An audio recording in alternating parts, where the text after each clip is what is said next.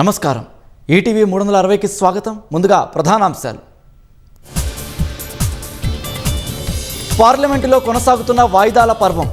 Neat paper leak, విద్యార్థులపై లాఠీ చార్జిపై విపక్షాల నిరసన. నీట్ పరీక్ష లీక్ కేసులో 13 మంది అరెస్ట్ అయ్యారన్న కేంద్రం.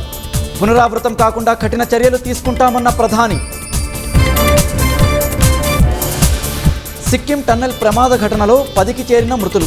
కార్మికుల కోసం కొనసాగుతున్న రెస్క్యూ ఆపరేషన్. నేడు కొడంగల్ నియోజకవర్గంలో సీఎం రేవంత్ రెడ్డి పర్యటన. ఎడ్యుకేషన్ హబ్ పనుల పురోగతి సహా అభివృద్ధి పనులపై సమీక్ష.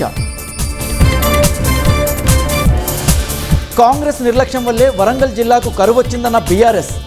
ఎల్నిలో పేరుతో యగనామం పెడతామంటే ఊరుకోబోవన్న హరీష్ రావు. ఆఫ్ఘనిస్తాన్లో బీభత్సం సృష్టిస్తున్న వరదలు. 20 మంది మృతి, ఇల్లు దుకాణాలు ధ్వంసం.